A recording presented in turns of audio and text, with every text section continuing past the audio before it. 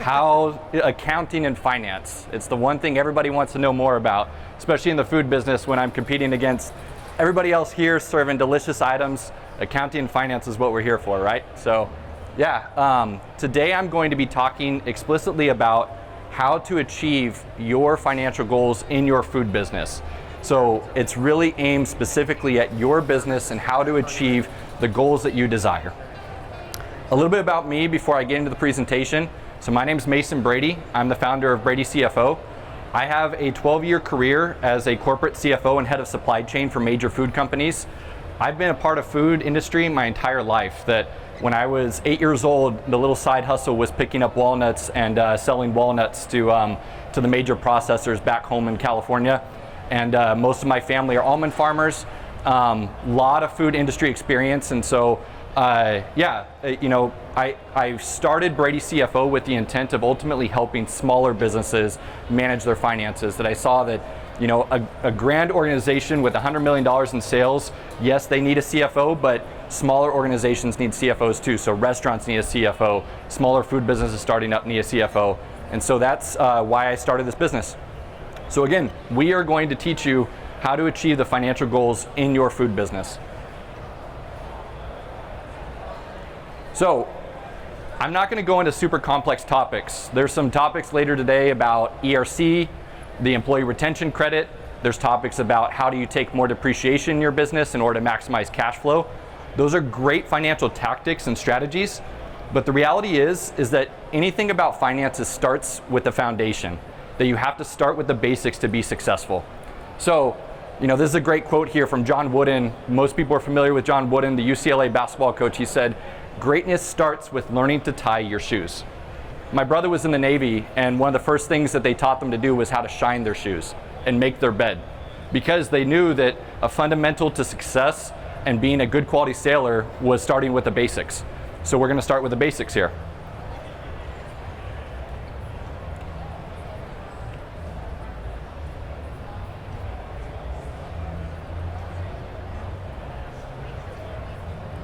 Oh.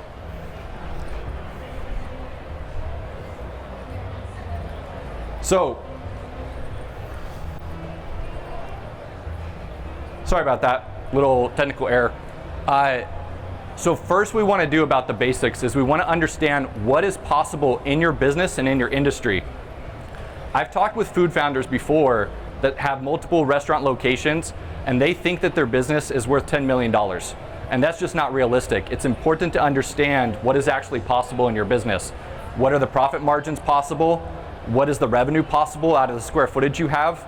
You need to understand what is actually physically possible. You don't want to chase a pipe dream. You want to make sure that you understand what's realistic. You want to set stretch goals, that's important, but you ultimately don't want to set goals that are unachievable in your business because you're going to end up really, really frustrated. So be realistic. One of the ways I encourage this, is actually there's a industry benchmarking tool called Vertical IQ. It is the best industry benchmarking tool on the market. I have tested a variety of industry benchmarking tools before, and Vertical IQ will actually tell you exactly what types of profit margins, what types of revenue that you should expect in your particular business and industry. Vertical IQ, if you go to their website, verticaliq.com, they sell that report for $125. If you reach out to me at mason@bradycfo.com, I'll give you a free industry report. And my booth is in the back there. You can actually scan a QR code, and that's a way to get the report for free as well. But it's really important that you get that report because it will actually tell you a lot about what is possible in your business, what you should expect. Should you be expecting 6 to 7% profit margins? Can you expect 15%? So you really want to go check out that report. So then the next step is to set your own personal financial goals after understanding what is possible within your industry. You have to have a barometer, you have to have a standard. So then the next step is to set your personal goals. You could set your personal goals at, hey, I want $1 million out of this location. But first you need to double check that, is it possible to actually do $1 million out of that location? But then you want to set that goal. From there, you work backwards. You want to identify objectives. So a goal is a nice to have, but you want to identify the 2 to 3 best steps that you can take to achieve that goal. So if your goal is $1 million in sales as an example, what amount of alcohol sales does that have to make up at your location if you serve alcohol? What amount of entree and food sales does that have to make up in order to make up that $1 million? Is it 70% of the sales? Is it 30%? You want to make those goals more tangible, more specific. And so really identify what are the top 2 to 3 items, and I suggest not overcomplicating it. You want to keep it to the top 2 to 3 items because then you actually have a chance to achieve them. If you overcomplicate and add too many things of what you should be doing, then you're not gonna achieve anything. You need to keep it really simple for yourself. Again, back to the basics. And the next step, pretty obvious. You gotta execute. Felix Dennis said, ideas don't make you rich, the correct execution of ideas does. So if you're trying to achieve $1 million in sales in your business, in your restaurant location, and 70% of that needs to be from food sales, then you need to decide what plates you're going to serve that will actually get you to that 70% of food sales, that $700,000 that you want to make. And exactly how many do you need to sell? But you want to actually go about executing. How are you going to promote those items? That if you want to sell higher ticket items, how are you going to begin promoting those? So you want to execute. Now this is the fun part, accounting and finance, right? This is the sleeper, but I can't tell you how critically important it is to review your financials monthly at a minimum. I see a lot of business owners that their bookkeeper takes care of the financials, produces the financial reports, and they never look at them. It's really, really important that you look at your financials on a monthly basis because they tell a story. And I want to emphasize, you don't want to just look at your income statement. A lot of people are familiar with your income statement because from a personal budget perspective, they get, salary in, expenses out. You also want to take a look at the other 2 financial statements. You want to take a look at your balance sheet and your statement of cash flows, and I really want to emphasize the statement of cash flows. There are a lot of things that your bookkeeping team or your accounting team cannot code according to accounting rules on your income statement, such as debt payments. They can record the interest, but they can't record the principal payments, which could be the biggest portion of the cash outflow. Your distributions, if you take an owner's draw or an owner's distribution, they do not show up on your income statement. And so you want to be able to analyze your statement of cash flows to make sure that you understand what are some of the cash outflow items that happen in my business that aren't shown up on my income statement. But you really want to review your financials monthly at a minimum because you will catch things. You will catch things that will determine whether you're on track to your goals or not. But if you're not reviewing your financials, it's a good way for potential fraud to happen. That's a good way for you not to meet your goals because you don't understand what's really happening in your business. So make sure you're reviewing your financials monthly at minimum. And then the idea is you repeat as necessary. Again, I said back to the basics. It's about setting this foundation that really you set goals, you set objectives, you execute, and then you come back and you review your financials. You have to watch your metrics and your KPIs. It really is that simple. Again, there's all different types of financial tactics, major advanced tactics out there and strategies like, ERC, maximizing depreciation, different things that you can do in regards to whether you can expense items or you can list them as CapEx, etc. I'm talking a bunch of different finance and accounting language here, but the reality is it comes back to the basics that you want to set goals, you want to set objectives about how you're going to reach those goals, and then you want to review your financials regularly. So I'm going to give a more explicit example here. So Joe owns a restaurant and he wants to draw $100,000 of cash out of the restaurant each year in addition to his salary to help cover his mortgage and college tuition payments for his children. Now, I'll admit, Joe looks a little bit young to have kids in college, but the idea is that he wants to draw $100,000 out of his business. That's his goal. So then he needs to work backwards to figure out, how do I achieve that goal? He has to understand his business and industry, and he's determined that his location, his restaurant location, square footage wise, etc., the type of food that he's serving, that he can in fact reach that goal of $100,000 coming out of his business. He's worked backwards. So in order to achieve that goal of $100,000, he has to work backwards and set those objectives. Again, 2 to 3 max. He's saying that he needs to be able to do 1.5 million in sales out of that location, and he has to produce a 10% net margin. So when you think about it, 1.5 million of sales at a 10% net margin. That'll produce a net profit of $150,000. That actually exceeds his goals, so that gives him some wiggle room. And then the next step is he wants to execute.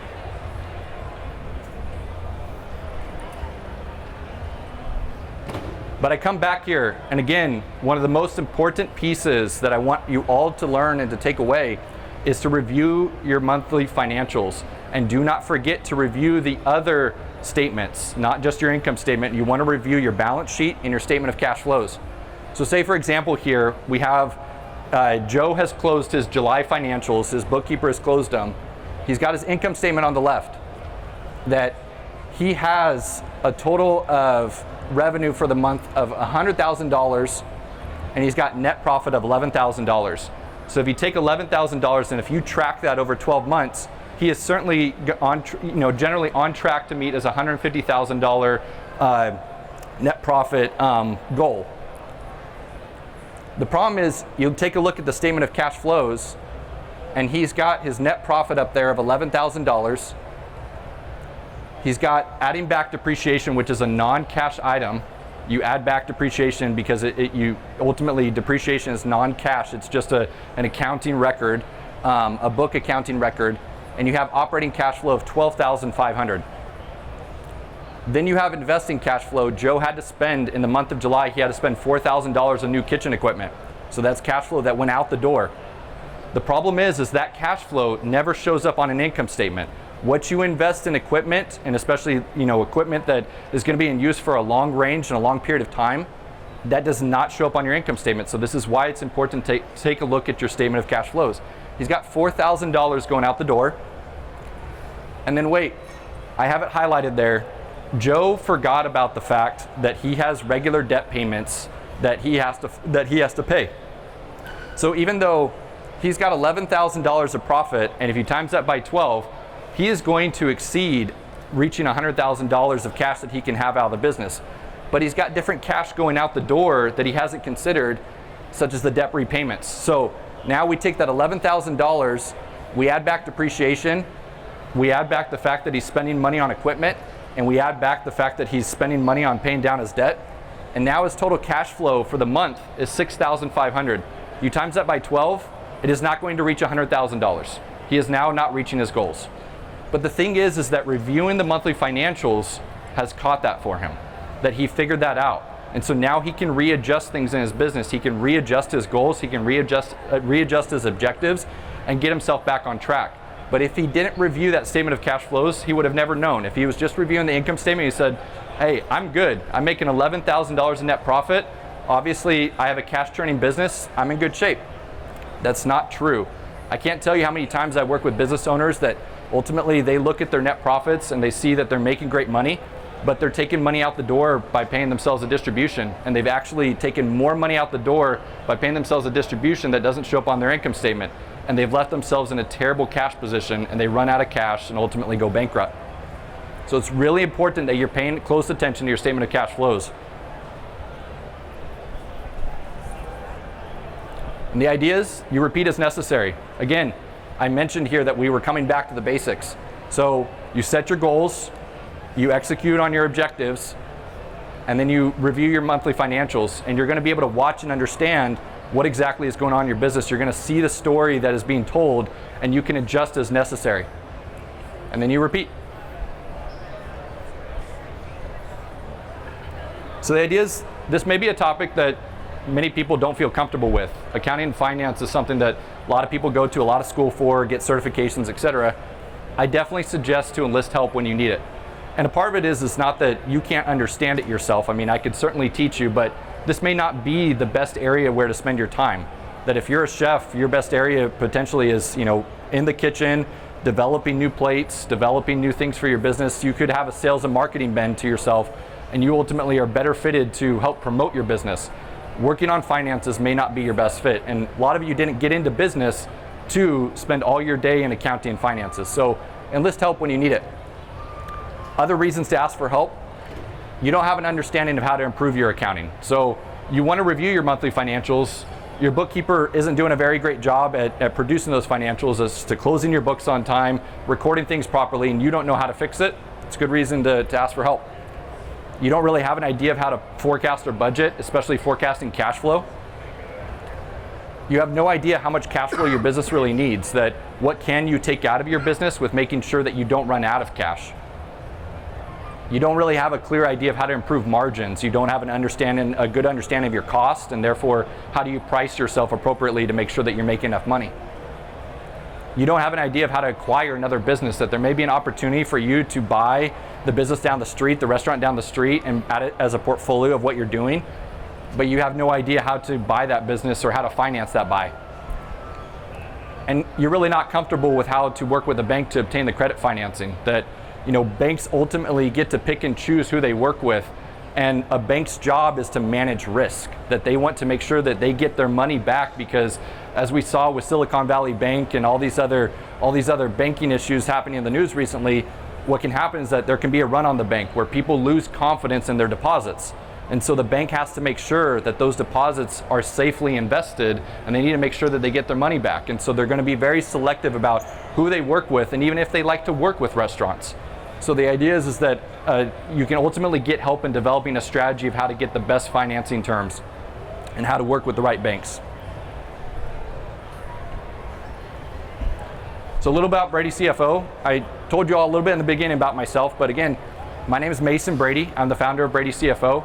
I've been a corporate CFO in the food industry for the past 12 years, also a head of supply chain at large food businesses, and decided to start my business to ultimately help smaller businesses in the food industry. I've been a part of major acquisitions, obtaining $10 million credit lines, et cetera, but the reality is that I saw smaller food business owners needed help with their finances as well. They didn't feel comfortable with it, nor was it in their strength area, and so I wanted to help complement those food business owners, and that's why I started Brady CFO. So we offer CFO services that include cash flow forecasting, helping you obtain the financing that you need, helping you decide upon an acquisition, helping you just regularly manage your finances and manage your accounting team. So yeah, thank you everybody for taking the time to, at 10 o'clock in the morning to come learn about accounting and finance. I hope the coffee really perked you up and made sure that you gathered everything I could tell you. But yeah, it really does come back to the basics, y'all, that it is about the basics, that if you do not start with those things, it doesn't matter about all the different tax strategies that you can take advantage of, et cetera. You have to start with the basics. That's how you run a good business. So yeah, any questions?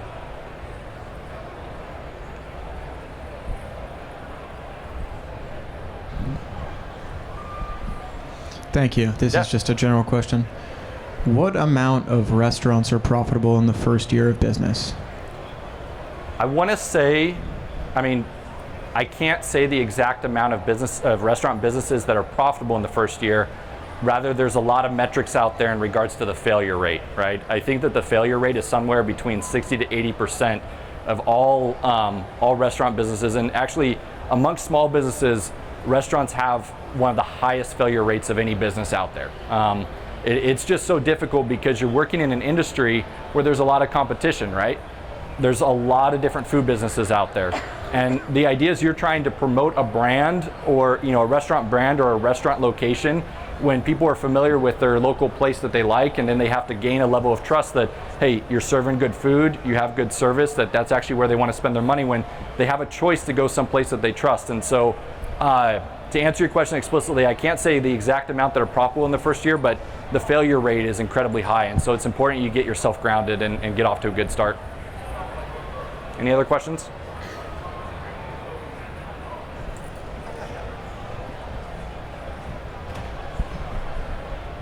What would you say is the biggest pitfall of opening a restaurant for most people? I think not having enough financing in place.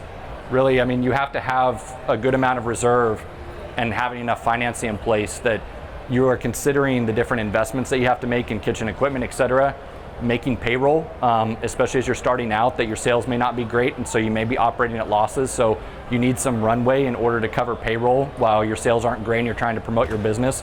And I really can't underestimate sales and marketing costs good money. I've been a part of several food businesses where the one thing that made the food business not work was the inability to invest more cash in sales and marketing.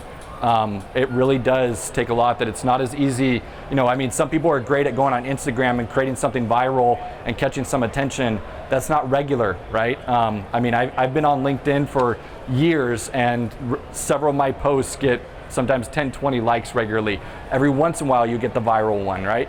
So depending upon the idea of virality is not really gonna work. You really can't underestimate the sales and marketing to get the traffic coming through your business, and then ultimately having that traffic put a review, have a good experience, and coming back and making sure that the word of mouth is actually what's helping your next level of sales and marketing. So do not underestimate the amount of money needed for good sales and marketing. Any other questions? Yeah. She's got a microphone coming up. Yeah. So with food suppliers and dining rewards and things like that, they offer some cash up front. Comes at different various costs. Kind of what's your thoughts or opinions on that upfront cash that they provide? In regards to food suppliers providing cash up front? Yes. Can you expand upon that a little bit more? They charge you a higher rate for the items they sell you, but they give you 10, 15, 20,000 up front. And there's a rewards program out there that does the same thing. Kind of your experience with it, or? I would say take it if you're just starting out. It is expensive. That when you really break down the terms of the fact that you're getting cash up front and the prices you may be paying. I mean, by comparison to going to a bank and getting a line of credit, it's probably going to be a lot more expensive, their financing that they give to you. But when just starting out, you're really not going to get a whole lot of bank financing. And so take what you can in the moment. Just have a plan to get yourself out of that very quickly. That you don't want to stick in that realm forever, because that supplier financing, I will tell you that going to a traditional bank, getting a credit line that they're sitting about 9 to 10% interest rate today. If you were to take that discount that you're getting and apply it to the prices and the margin, the extra margin that you're having to pay them, it's a lot more than 10%. So you just don't want to live in that realm forever, but use it for what you need to get a jump, and then have a plan to get out of it. So, yep. Any other questions? Love it. Can you just remind everyone what booth number you're in? I am in, good question. I am in the 1600 range over there, the region in the back corner, sadly. But yeah, I can't remember the exact booth number, but in the 1600 area. So right next to the booth that's serving a ton of food and cheesecake and everything back there. So the Keys booth over there. Yep. Great. 1630. Thank you. Thank you for the help and assist there. Great. Yeah. Yeah. Thank you, everybody. Appreciate it. Thanks.